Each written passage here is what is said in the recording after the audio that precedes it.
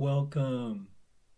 Today we will be reading lesson 49 in the workbook and from the text, chapter 6, the lessons of love. The introduction and section 1, the message of the crucifixion. Paragraphs 1 through 4. And now for lesson 49. God's voice speaks to me all through the day.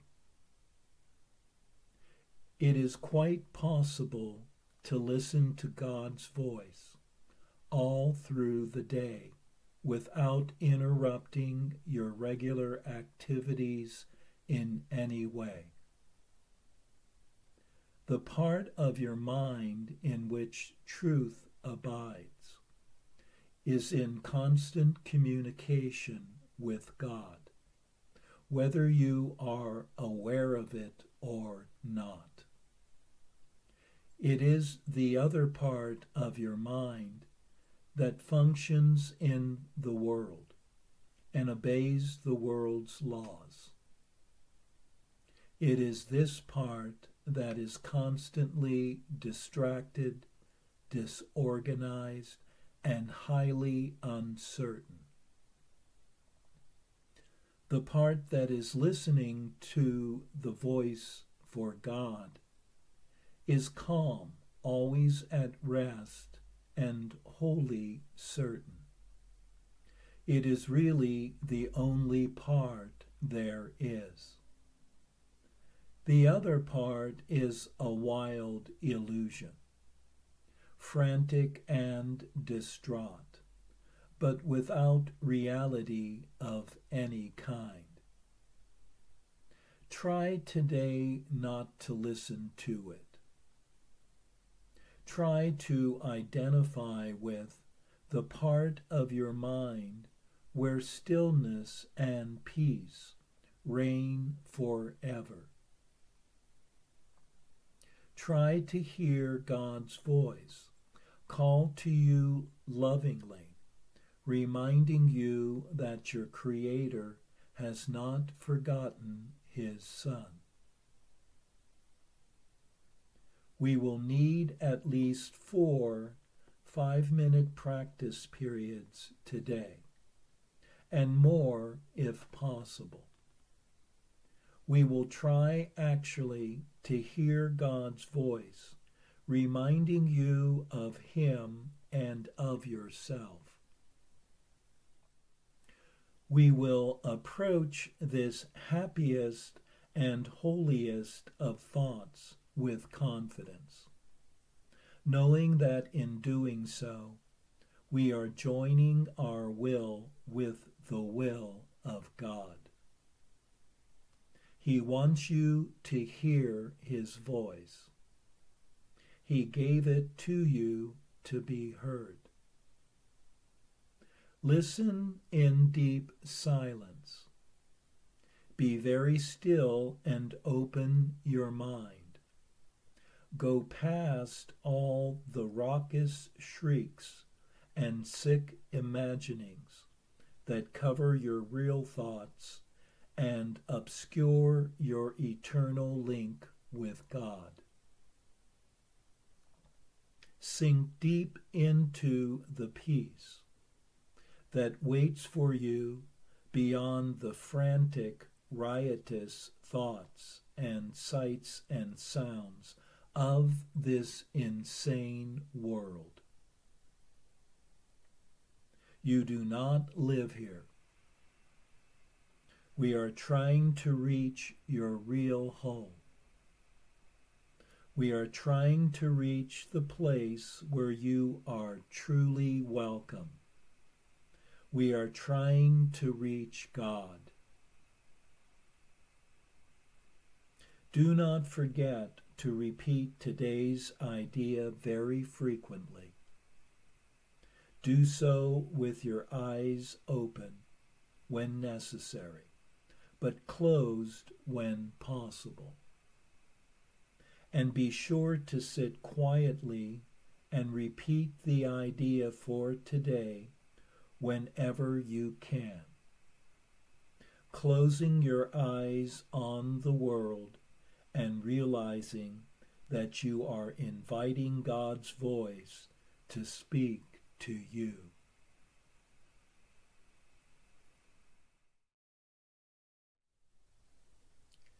Lesson 49 reminds us that there are two different parts of the mind.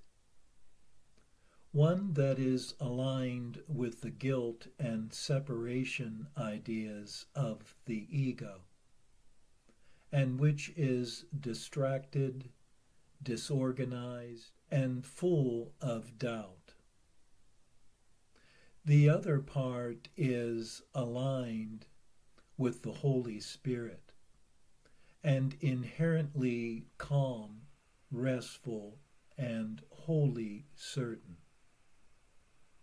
Today's exercises guide one to the peaceful part of one's mind, where it is possible to hear the voice of peace throughout the day.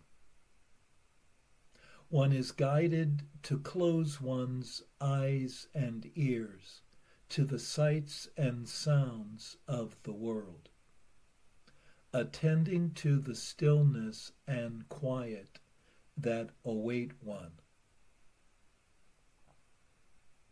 The shrieks and shouts of an unhappy world at odds with itself is not one's true home.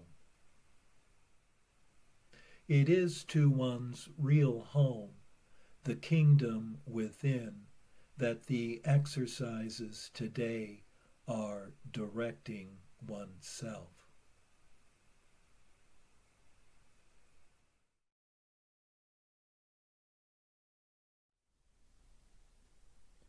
And now for our text reading for today, from chapter 6, The Lessons of Love, Introduction, and section 1, The Message of the Crucifixion, paragraphs 1 through 4. And now, introduction. The relationship of anger to attack is obvious. But the relationship of anger to fear is not always so apparent. Anger always involves projection of separation, which must ultimately be accepted as one's own responsibility, rather than being blamed on others. Anger cannot occur unless you believe that you have been attacked, that your attack is justified in return, and that you are in no way responsible for it. Given these three wholly irrational premises, the equally irrational conclusion that a brother is worthy of attack rather than of love must follow. What can be expected from insane premises except an insane conclusion? The way to undo an insane conclusion is to consider the sanity of the premises on which it rests. You cannot be attacked. Attack has no justification. And you are responsible for what you believe. You have been asked to take me as your model for learning, since an extreme example is a particularly helpful learning device. Everyone teaches, and teaches all the time. This is a responsibility you inevitably assume the moment you accept any premise at all. And no one can organize his life without some thought system. Once you have developed a thought system of any kind, you live by it and teach it. Your capacity for allegiance to a thought system may be misplaced, but it is still a form of faith and can be redirected. Section 1. The Message of the Crucifixion. For learning purposes, let us consider the crucifixion again. I did not dwell on it before because of the fearful connotations you may associate with it. The only emphasis laid upon it so far has been that it was not a form of punishment. Nothing, however, can be explained in negative terms only. There is a positive interpretation of the crucifixion that is wholly devoid of fear, and therefore wholly benign in what it teaches, if it is properly understood. The crucifixion is nothing more than an extreme example. Its value, like the value of any teaching device, lies solely in the kind of learning it facilitates.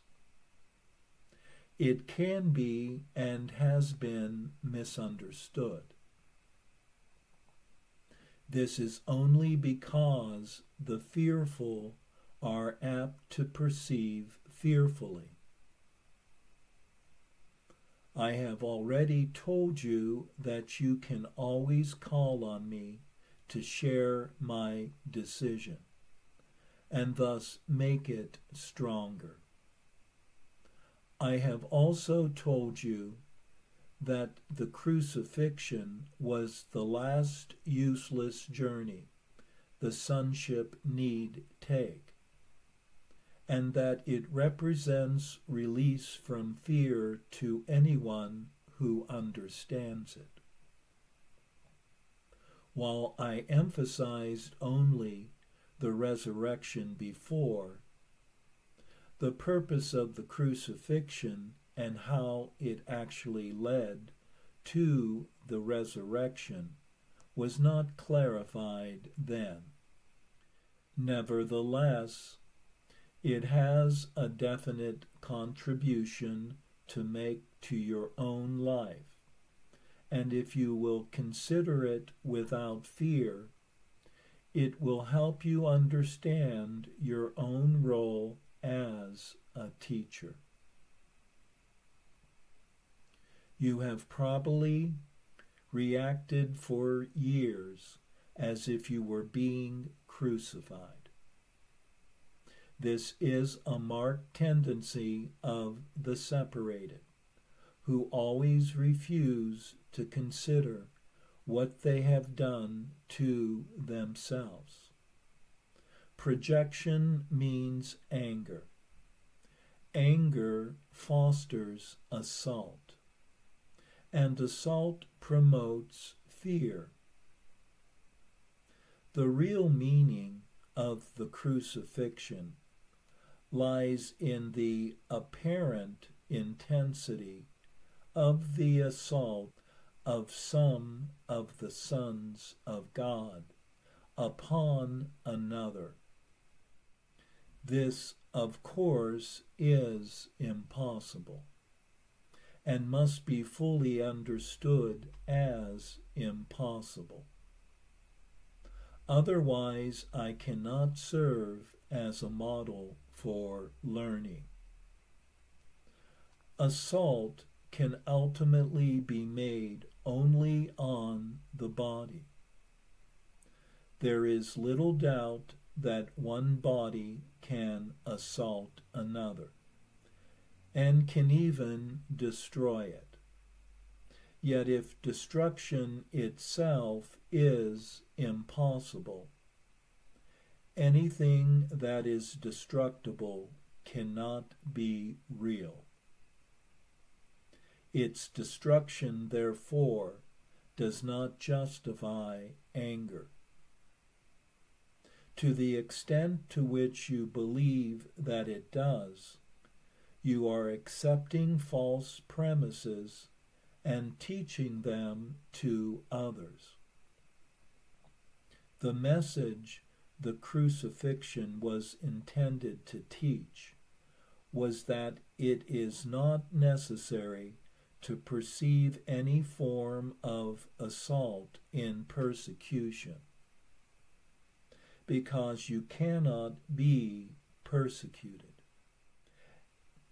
If you respond with anger, you must be equating yourself with the destructible, and are therefore regarding yourself insanely.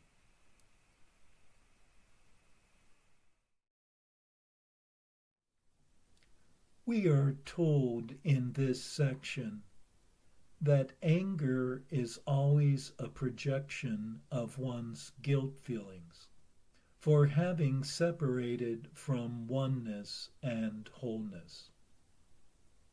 Projecting this guilt onto others, one believes that the other has attacked oneself. Justifying one's attack on them and feeling innocent of any provocation in the matter.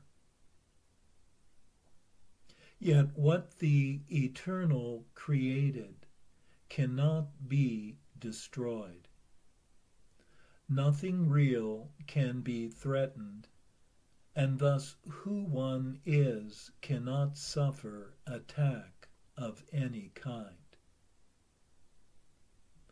When one becomes angry, one is identifying oneself with the perishable, which is not what one is. And thus one is responding insanely to the situation. The crucifixion of Jesus was meant to teach that persecution is impossible. Any appearance of attack is not real and does not exist in truth.